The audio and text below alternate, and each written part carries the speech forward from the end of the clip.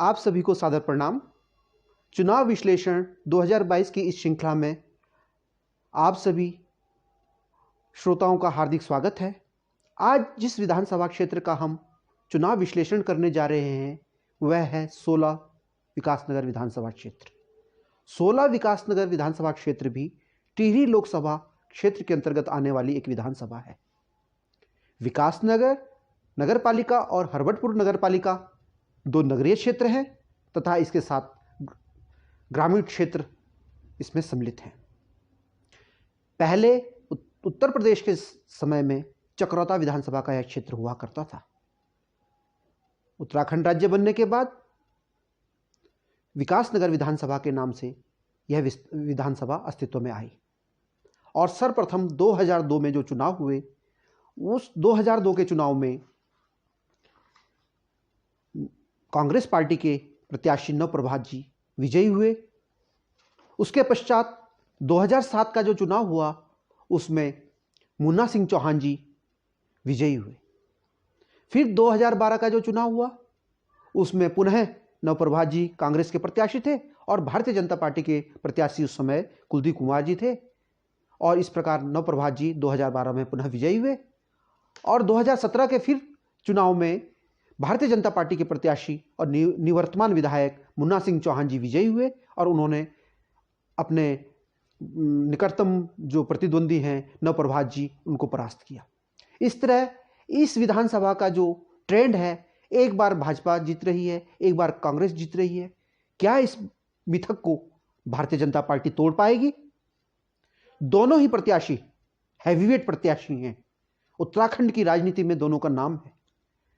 नवप्रभात जी जहां ब्रह्मदत्त जी की विरासत को आगे बढ़ा रहे हैं, वहीं तेज तर्रार मुन्ना सिंह चौहान जी उन्होंने राजनीति में अपना एक नाम स्थापित किया है। विकासनगर विधानसभा में जो अन्य प्रत्याशी हैं उनमें आम आदमी पार्टी से प्रवीण बंसल, बहुजन समाजवादी पार्टी से देशराज सिंह, उत्तराखंड क्रांति दल से श्रीमती प्रीति थपलियाल, समाजवादी पार्टी से रघुवीर सिंह मेहता, निर्दलीय जो कि पहले आम आदमी पार्टी के जिलाध्यक्ष थे एडवोकेट गुरमेल सिंह राठौर, उन्होंने भी दमखम से इस चुनाव में हिस्सा ले रहे हैं। इसके अलावा श्री स्वराज सिंह चौहान, संदीप दुबे और भूपेंद्र तोमर, इस तरह कुल 10 प्रत्याशी मैदान में हैं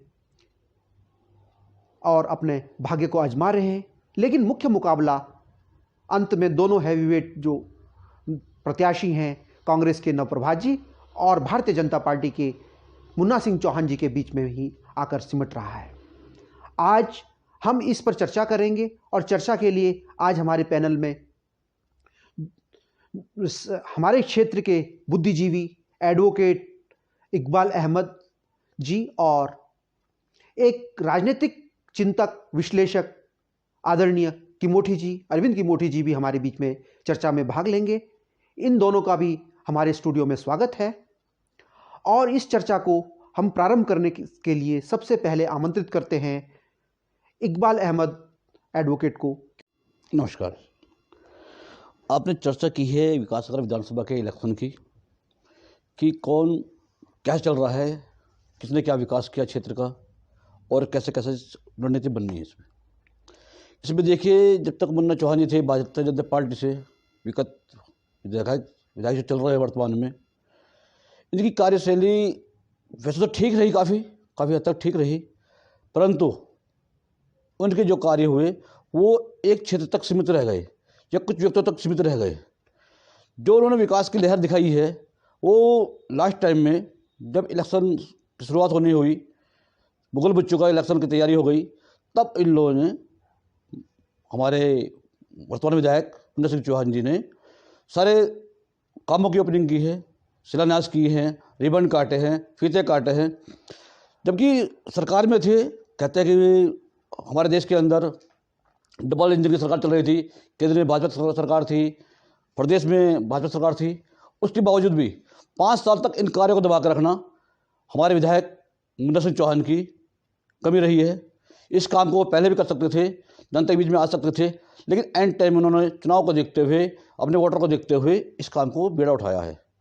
जबकि रही बात कांग्रेस के प्रत्याशी नौप्रभा जी की, इनके कार्य क्षेत्र जो पहले रह चुके हैं, इन्होंने काफ़ी काम किए हैं अपने क्षेत्र में। सिविल जज की स्थापना की है, एसडीएम कोर्ट की स्थापना की है, आरटीओ की स्थापना की है, और भी बाकी इन्होंने काफ़ी विकास किए हैं। हाँ, कुछ कमी रही इनकी नौप्रभा जी की, जिन्होंने कारण जनता ने इनको नकारा है। अगर नौप्रभा जी जब विधायक थे और मंत्री रहे, मंत्री पद पर रहे, कुछ ऐसे काम करते तो शायद इनको हारना न पड़ता। लेकिन कुछ कमियां इनकी भी रही है जो इनको हार का मुंह देखना पड़ा। लेकिन वर्तमान समय में नौप्रभा जी फिर उमंग के साथ आ रहे हैं। और बात रही संजय किशोर जी की, वो वर्तमान में जिला अध्यक्ष हैं पचौदन कांग्रेस के, और वो फिलहाल एक ही पद पर रह सकते थे, एक पद पर उन्होंने काम किया है, और वो भी जी जान से नौप्रभा जी के साथ है और कार्य कर रहे हैं। और लग रहा है कि इस बार सरकार भी कांग्रेस की आ सकती है और नौप्रभा जी भी हमारे विधायक बनेंगे। नमस्कार। धन्यवाद इकबाल जी, आपने बहुत सुंदर शब्दों में अपने विचार श्रोताओं के मध्य रखे।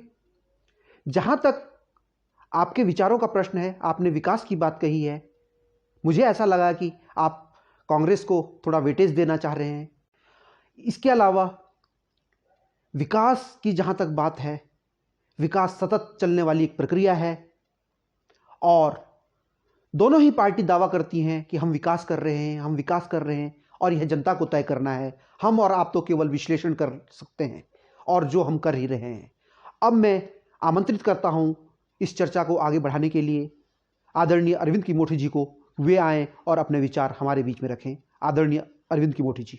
साहब, इकबाल अहमद जी ने विकास की बात की। अभी ये चुनाव तेरा विकास और मेरा विकास पे अगर लड़ा जाएगा तो इसमें कोई संदेह नहीं है कि नौप्रभा जी के जो धूर विरोधी भी हैं वो भी उनके विकास कार्यों को नहीं नकारते। चाहे वो तहसील का निर्माण हो, या आरटीओ ऑफिस का निर्माण हो, या हमारे क्षेत्र का सौंदर्यकरण की बात हो, इन सभी कामों में नौप्रभा जी ने जो भी काम किए वो हमारे क्षेत्र में पछवादून में एक मील का पत्थर साबित हुए हैं। कहीं ना कहीं मुझे लगता है कि कांग्रेस की जो इच्छा है वो तेरा विकास और मेरा विकास, इसमें किसका विकास बेहतर है उस पर चुनाव लड़ा जाए। और भाजपा का जो उद्देश्य मुझे लगता है वो लगता है कि वो राष्ट्रीय मुद्दों को लेकर के इस चुनाव को लड़ना चाहती है। उन्हें लगता है कि वो राष्ट्रीय मुद्दों पर कहीं ना कहीं कांग्रेस पे भारी पड़ सकते हैं। अब ये जनता पे निर्भर करता है कि वो विकास को ज़्यादा महत्व देते हैं या राष्ट्रीय मुद्दों के ऊपर जो है। हालांकि उत्तराखंड की जो राजनीति है उसमें राष्ट्रीय मुद्दे हमेशा हावी रहे हैं। और मुझे ये कहने में कोई संकोच भी नहीं है कि अगर वर्तमान स्थिति में पछवादून को या विकासनगर विधानसभा को देखा जाए तो इस समय मुकाबला बहुत कांटे का है। और इस कांटे के मुकाबले में अंतिम 4-5 दिनों में जनता का स्विंग किस तरफ जाएगा वो बहुत महत्वपूर्ण कड़ी होगी। और जनता का स्विंग कहां जाएगा वो इसी पर निर्भर करता है कि विकास और राष्ट्रीय मुद्दे, इन दोनों पे चुनाव किस मोड़ को लेगा या चुनाव किस तरफ जाएगा।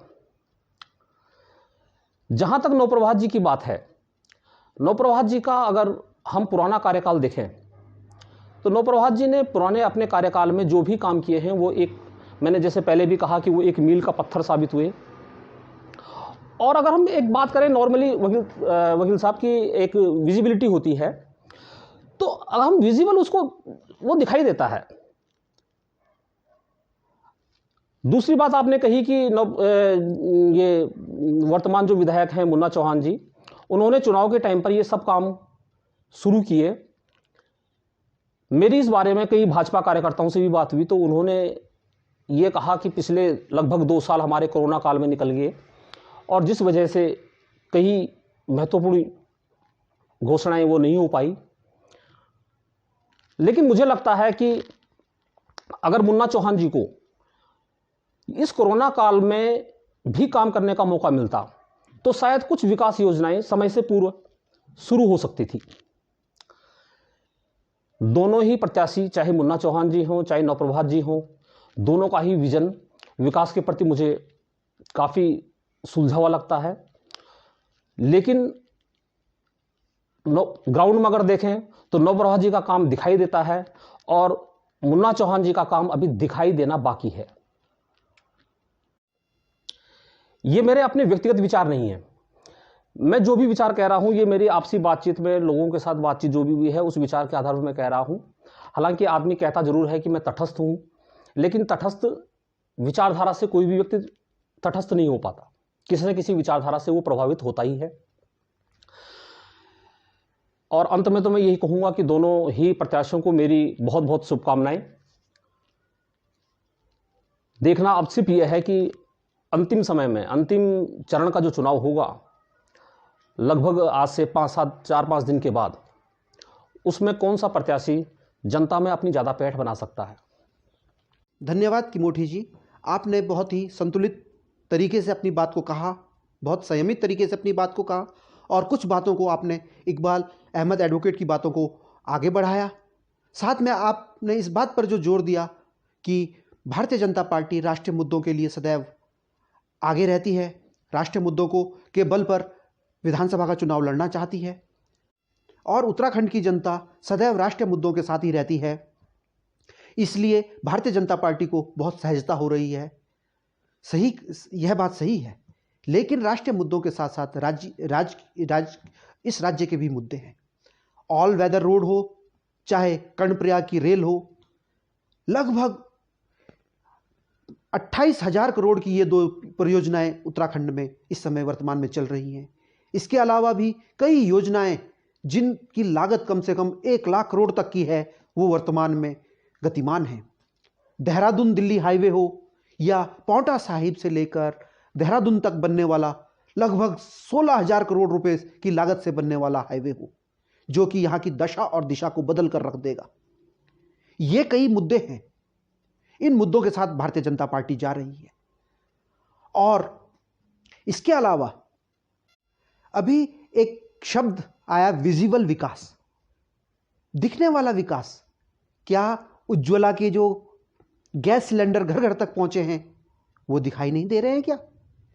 शौचालय, संपूर्ण देश में शौचालयों का निर्माण हुआ। आज़ादी के इतने वर्षों के बाद भी किसी ने भी यह कल्पना नहीं की थी। आज भी लोग बाहर जाते थे, लेकिन आज हर घर में शौचालय का निर्माण हुआ। हमारे उत्तराखंड भी उससे अछूता नहीं है। इसके अलावा हर घर में नल की व्यवस्था हो चुकी है, बिजली की व्यवस्था हो चुकी है, सोलर पैनल, सोलर लाइट का निर्माण हो रहा है। सोलर लाइट से जो है बिजली की आपूर्ति और बिजली का निर्माण किया जा रहा है। इसके अलावा पांवटा साहिब के लिए भीमावाला में बनने वाला पुल हो, चाहे शीतला नदी में बनने वाला पुल हो, या हरबटपुर में बनने वाला बस अड्डा हो, इन सब का भी तो निर्माण हो रहा है। और पिछले 2-2.5-3 साल से कोरोना की जो आपदा हम देख रहे हैं, उसमें घर घर राशन पहुंचाने की जो व्यवस्था सरकारों ने की है, उसका भी तो लाभ मिलेगा। इसलिए जो विकास नगर का जो चुनाव है, इन सब मुद्दों पर लड़ा जा रहा है।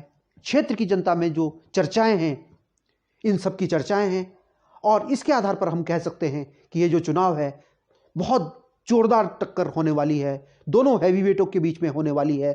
और हमारे चैनल का जो विश्लेषण है जनता के बीच में जाकर और अन्य माध्यमों से जो हमने निष्कर्ष निकाला है, हम यह मानते हैं कि यह चुनाव भारतीय जनता पार्टी को 55% जीतने की संभावना है और कांग्रेस की विनिबिलिटी पॉसिबिलिटी 45% की है। इस प्रकार हमारा चैनल इस निष्कर्ष में पहुंचा है कि विकासनगर की सीट भारतीय जनता पार्टी को जा रही है।